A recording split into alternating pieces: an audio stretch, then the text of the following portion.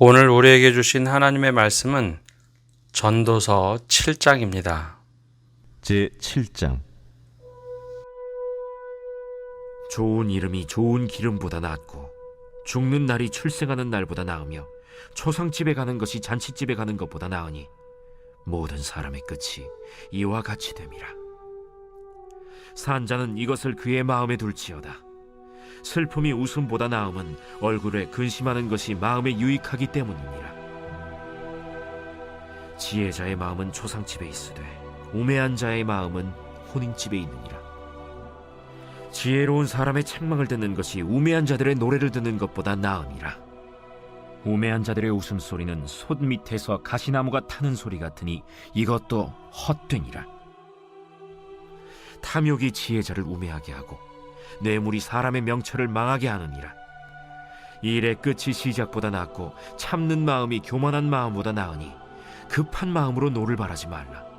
노는 우매한 자들의 품에 머무름이니라. 옛날이 오늘보다 나은 것이 어찌미냐 하지 말라. 이렇게 묻는 것은 지혜가 아니니라.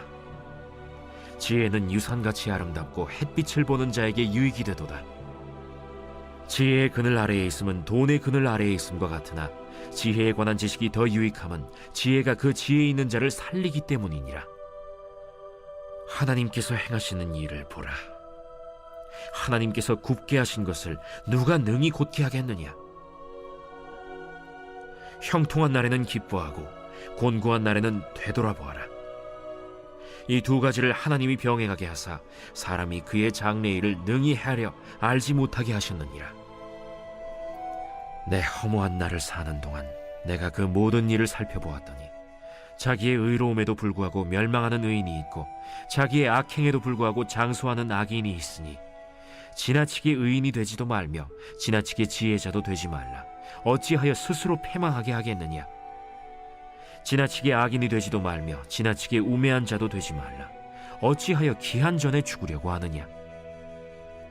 너는 이것도 잡으며 저것에서도 내 손을 놓지 아니하는 것이 좋으니 하나님을 경외하는 자는 이 모든 일에서 벗어날 것임이니라.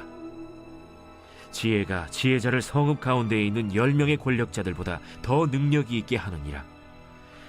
선을 행하고 전혀 죄를 범하지 아니하는 의인은 세상에 없기 때문이로다. 또한 사람들이 하는 모든 말에 내 마음을 두지 말라. 그리하면 내 종이 너를 저주하는 것을 듣지 아니하리라. 너도 가끔 사람을 저주하였다는 것을 내 마음도 알고 있느니라. 내가 이 모든 것을 지혜로 시험하며 스스로 이르기를 내가 지혜자가 되리라 하였으나 지혜가 나를 멀리하였도다. 이미 있는 것은 멀고 또 깊고 깊도다. 누가 능히 통달하랴. 내가 돌이켜 전심으로 지혜와 명철을 살피고 연구하여 악한 것이 얼마나 어리석은 것이요 어리석은 것이 얼마나 미친 것인 줄을 알고자 하였더니 마음은 올무와 그물 같고 손은 포승 같은 여인은 사망보다 더 쓰다는 사실을 내가 알아내었도다. 그러므로 하나님을 기쁘게 하는 자는 그 여인을 피하려니와 죄인은 그 여인에게 붙잡히리로다. 전도자가 이르되 보라, 내가 낱낱이 살펴 그 이치를 연구하여 이것을 깨달았노라. 내 마음이 계속 찾아보았으나 아직도 찾지 못한 것이 이것이라. 1000사람 가운데서 한 사람을 내가 찾았으나 이 모든 사람들 중에서 여자는 한 사람도 찾지 못하였느니라. 내가 깨달은 것은 오직 이것이라. 곧 하나님은 사람을 정직하게 지으셨으나 사람이 많은 꾀들을 낸 것이니라. 오늘 새벽에도 하나님의 은혜와 평강이 함께하기를 축복합니다. 오늘 말씀은 전도자가 헛되다라는 외침보다는 우리가 어떤 자세로 삶을 살아갈 것인가에 대한 지혜를 가르쳐주고 있습니다. 얼마 전 영국의 엘리자베스 여왕이 서거했습니다.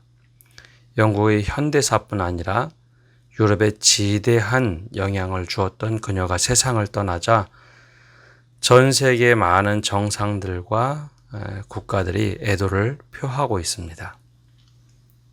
인생을 자세히 들여다보면 그가 어떤 삶을 살았는가 이 장례식과 죽음 이후에 평가가 되는 일이 참 많습니다.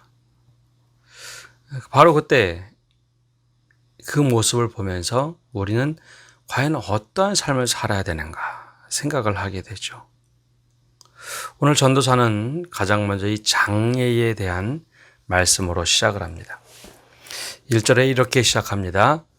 좋은 이름이 좋은 기름보다 낫고 죽는 날이 출생하는 날보다 나으며 1절의 말씀이 세번역 성경으로 보면 의미가 좀 더 명확해지는데요. 명예가 값비싼 향유보다 낫고 죽는 날이 태어나는 날보다 더 중요하다라고 번역을 하고 있습니다. 그럼 이 무슨 의미일까요? 인생에 어떤 가치를 두고 사는가입니다. 이 1절에서 4절 말씀은 장례식을 한번 연상하면 조금 더 이해가 명확해집니다. 장례식장에 가면 많은 손님들이 오죠. 애도하기 위해서 옵니다. 그때 망자에 대한 얘기를 어떤 이야기를 할까요? 1절이 바로 이런 의미입니다. 장례를 할 때 이스라엘 백성들은 온몸에 향유를 붓습니다. 그 향유가 싼 것부터 값비싼 것까지 있습니다. 가난한 사람들은 그 향유조차 못 쓸 때가 있죠.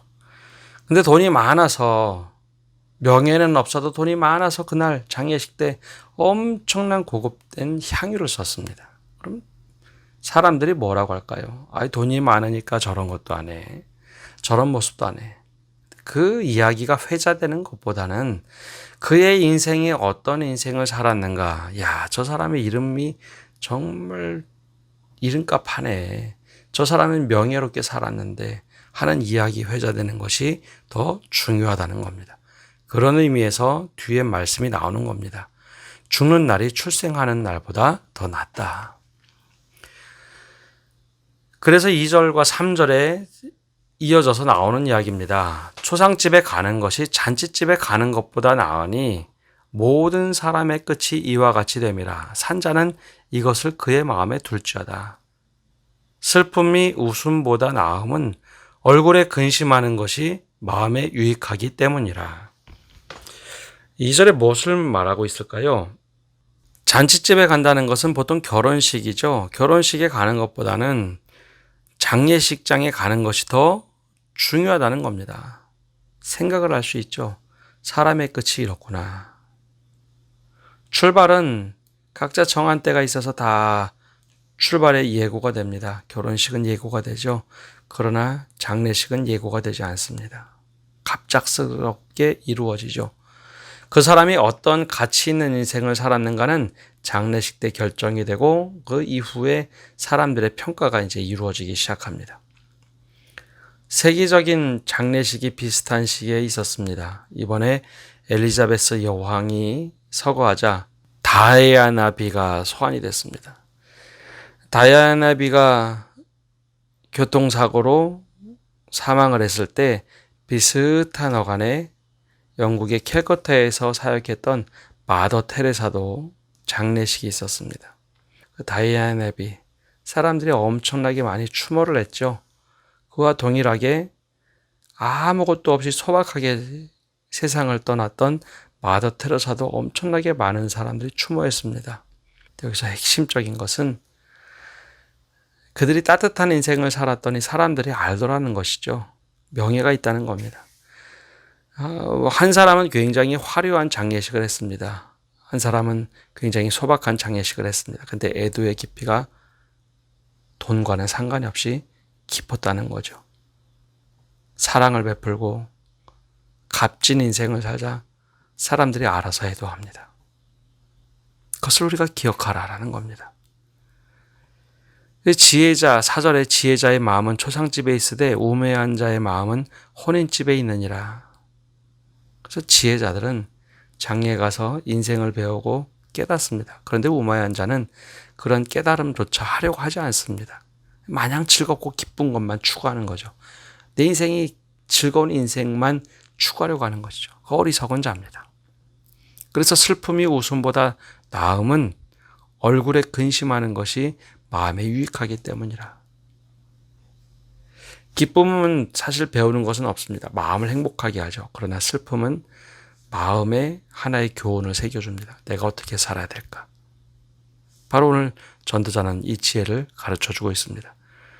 두 번째, 삶의 자세에 대해서 지혜자는 또 이야기해 줍니다. 어떤 태도로 살아갈 것이냐.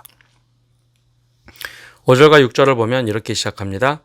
지혜로운 사람의 책망을 듣는 것이 우매한 자들의 노래를 듣는 것보다 나으니라.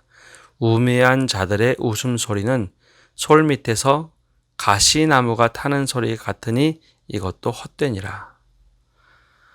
지혜로운 사람들은 일반적으로 지혜자의 책망을 들으려 합니다. 조언을 들으려 하죠.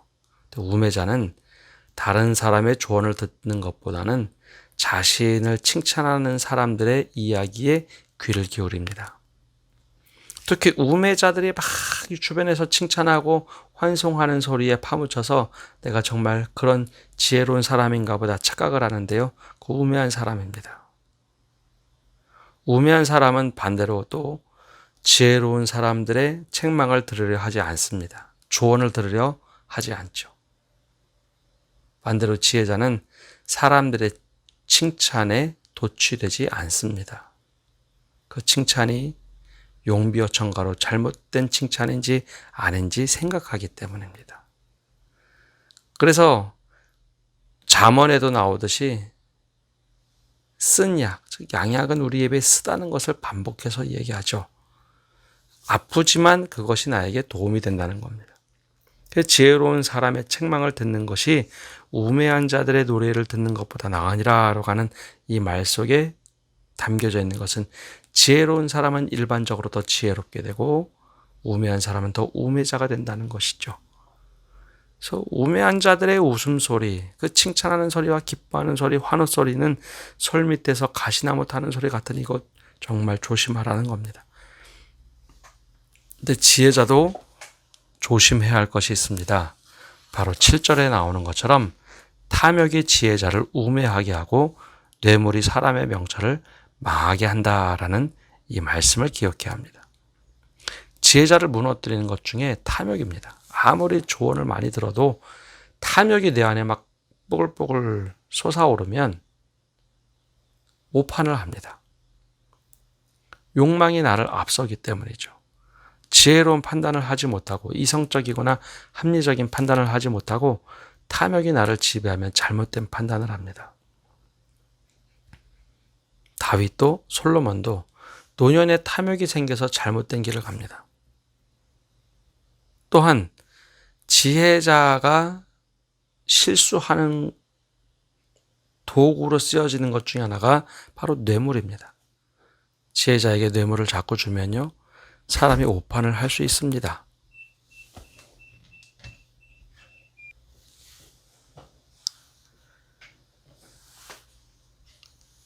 뇌물은 단지 돈만을 얘기하는 게 아닙니다. 지혜자의 마음을 굽게 하고 판단을 흐트러뜨리는 겁니다. 그래서 뇌물을 받는 것을 하지 말라라는 겁니다. 그리고 뇌물이라고 받는 것을 선하게 쓸 수도 있어요. 무슨 얘기인가? 뇌물 받는 것을 사람들에게 나눠주면 그건 뇌물이 되지 않습니다. 그리고 일지를 적고 나는 이것에 어디에 썼다라고 얘기하면 지혜자는 그 뇌물을 받은 것이 아니라 그 뇌물 받은 사람, 뇌물을 준 사람의 악한 행동을 선하게 만들 수 있는 거죠. 그러나 뇌물을 받아 먹기 시작하면 사람의 명철을 망하게 하는 지름길이 된다는 것을 반드시 기억해야 합니다. 뇌물은 단지 돈, 물질, 선물이 아닙니다. 내 마음을 흐트러뜨리고 굽게 하는 것이 뇌물이죠. 조심하라. 우매자가 될 수 있으니 조심하라. 지혜자들이여 조심하라 라고 고면합니다. 세 번째는 이제 삶의 태도에 대해서 말하고 있는데요. 8절에 이렇게 시작합니다.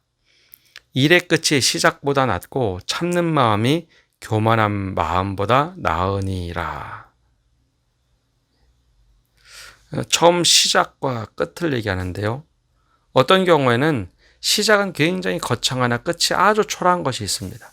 반대로 시작이 대대기단이 미약하였으나 끝이 아주 마무리가 좋은 것이 있어요. 어느 것이 더 중요할까요? 처음 시작은 굉장히 창대했으나 용두사미처럼 끝에 뱀꼬리처럼 아주 우습게 되는 일, 처음에 미약하였으나 마지막에 좋은 일, 후자가 더 좋은 거죠.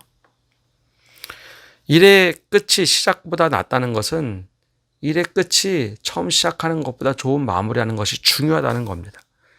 또한 이것을 위해서 중요한 것이 있는데 참는 마음이 교만함보다 낫다라고 말합니다. 왜 그럴까요? 왜 앞의 말씀과 뒤의 말씀이 연결이 될까 하는 겁니다. 거창하게 시작하고 거창하게 마무리하려면 정말 인내하고 참아야 됩니다. 근데 교만한 마음이 들어오면요. 야, 내가 이것밖에 못해? 야, 이거 왜 이렇게 했어? 하면서 계속해서 스스로 분내다가 포기를 해버립니다. 그것은 일의 시작과 끝이 다른 겁니다. 교만한 마음이 들어서 망치는 것이죠. 근데 아무리 시작이 미약해서도 인내하고 참는 사람의 결과를 만들어냅니다. 그래서 참는 것이 교만한 마음보다 낫다는 것이죠. 9절에 보면 급한 마음으로 노를 바라지 말라. 노는 우매한 자들의 품에 머무름이라 라고 말하는데요. 화를 내지 말라라는 것에만 방점이 있지 않아요. 사람이 분노가 날 수 있어요. 분노가 치밀어 오를 수 있어요. 하나님도 분노하시는 하나님이고 질투하시는 하나님이기 때문에 하나님의 성품으로 지어진 우리는 그런 성품을 가질 수 있습니다. 근데 여기에 조건들이 있어요. 조급한 마음에 분노하지 말라. 조급한 마음에 분노하지 말라는 겁니다. 조급한 마음이 생겨서 분노하는 것은 우매자의 몫이다. 우매자의 품에 있어야지 지혜로운 자야. 갑자기 조급한 마음에 분을 내지 말라. 또 하나는 것은 분을 바라지 말라. 분노는 다 올라올 수 있어요. 사람의 마음이기 때문에 분노나 화가 날 수 있어요. 그런데 그것을 바라지 말라라고 한 것. 조급한 마음에 바라면 반드시 실수합니다. 생각하라는 거죠. 그래서 예전에 그런 말 참 많이 했습니다. 요즘도 하는데요. 화가 나면 열을 세라. 열을 세는 동안 내가 왜 화가 났지? 마음을 가라앉히고 나는 왜 이 지점에서 화가 났는지, 내가 화를 내는 것이 정당한 것인지 생각하라는 것이죠. 그래서 분노를 바라지 말라. 조급한 마음에 분노를 바라지 말라. 그것이 어리석은 자, 우매한 자들의 품에 있어야 된다. 또 나가서 10절에 옛날이 오늘보다 더 나은 것이 어찌비냐 하지 말라. 이렇게 묻는 것은 지혜가 아니니라. 왜 그럴까요? 이런 말을 한다는 것은 내가 오늘보다 과거에 속해서 산다는 겁니다. 또 하나는 과거에 머물면서 내가 바꾸려 하지 않았다는 겁니다. 바꾸려 하지 않고 지금까지 흘러오게 내버려 두고 왜 지금이 과거보다 나쁜 것은 어찌된 일이냐. 직무유기라는 것이죠. 아무것도 하지 않고 한탄한다는 것이죠. 과거에 대해서 더 좋게 여기지 말아라. 뭐 하고 있었는가? 지금의 삶을 어떤 삶을 살아왔는지 물어보는 겁니다. 즉, 너 인내하면서 참아오면서 이것을 어떻게 바꾸려고 노력했느냐? 그거 한 번도 하지 않았냐? 그러니 옛날에 오늘보다 나은 것이 어찌미냐 하지 말라 라고 이야기하는 겁니다. 지혜롭게 살지 않았다는 것이죠. 나는 무엇을 했는가? 아무것도 하지 않은 스스로에 대한 책망받게 되지 않는다는 겁니다. 그러니 오히려 오늘 최선을 다해서 살아서 오늘보다 내일이 나은 삶을 살라라고 권면하는 겁니다. 이 말씀에 연결되는 것이 14절입니다. 형통한 날에는 기뻐하고 곤고한 날에는 되돌아보라. 이 두 가지를 하나님이 병행하게 하사 사람이 그의 장래의 일을 능히 하려 알지 못하게 하셨느니라. 형통한 날에는 기뻐하면 됩니다. 그러나 어려운 날, 곤고한 날이 되면 되돌아보라. 즉 생각하라는 겁니다. 하나님이 왜 일을 하셨는지, 하나님이 왜 장래일을 미리 알지 못하도록 하고 왜 생각하게 하셨는지, 하나님의 섭리가 무엇인지 깊이 묵상하며 지혜롭게 이 일을 슬기롭게 헤쳐가라. 곤고한 날은 특별히 생각하고 기도하는 겁니다. 하나님의 뜻이 무엇인지. 그것이 지혜로운 자의 삶입니다. 마지막으로 하나 더 다룰 것은 19절에서 22절입니다. 읽지 않고 여기서 말씀의 핵심을 좀 보면요. 사람들의 이야기에 귀를 기울이지 말라는 겁니다. 여기서 귀를 기울이지 말라라고 하는 것은 지나치게 저 사람이 무슨 얘기를 했나 관심을 갖고 굳이 가서 들으려 하지 말라는 겁니다. 물론 사람들이 나에게 조언하는 것, 또 나에게 하는 말은 귀 기울여 들어야 하지만 자기들끼리 하는 말 굳이 가서 다 듣지 말라는 겁니다. 내 마음에 상할 수 있으니까. 모든 종들은 주인을 욕합니다. 서운하면 욕합니다.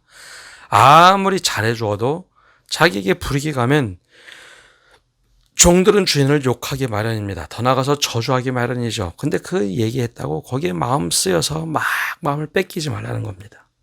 모든 사람들이 원래 그런 성향이 있고 나 또한 그런 성향이 있다는 거죠.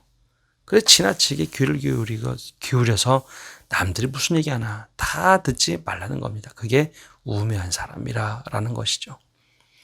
오늘 말씀을 보면 우리가 어떻게 살아야 되는지 지혜를 가지고 살아라고 권면을 합니다. 그것은 하나님의 마음입니다. 하나님을 경외하는 마음, 하나님을 추구하는 마음, 그것이 지식이고 지혜입니다. 그 지식과 지혜를 가지고 살라라고 권면합니다.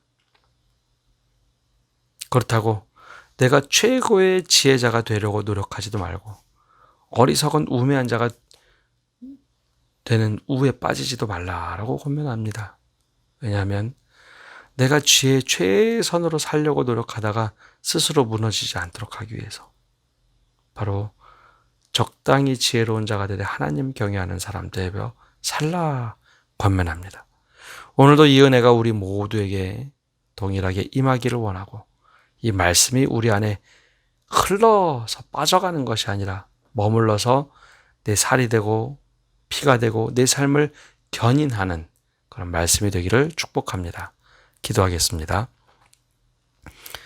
하나님, 오늘도 저희가 주님 앞에 나와 기도합니다. 우리의 삶을 인도하시는 주님, 우리가 정말 지혜로운 자가 되어서 하나님께 붙들림 바된 삶을 살게 하여 주옵소서. 매일매일 지혜로운 자로, 어리석은 사람이 아니라 지혜로운 자로 살아가게 하시고 정말 우리의 인생이 끝이 있다는 것을 늘 깨달으며 명예를 추구하고 가치 있는 인생을 추구하게 하여 주옵소서. 또한 우리가 일의 시작도 중요하지만 마무리를 아름답게 잘할 수 있는 저희가 되게 하시고 정말 형통한 날에는 기뻐하고 곤고한 날에는 스스로 생각하며 기도하며 되돌아볼 수 있는 넉넉한 지혜로운 사람 되도록 축복하여 주옵소서. 오늘 한 날도 모든 것 주님께 맡겨드리며 예수님의 이름으로 기도합니다. 아멘.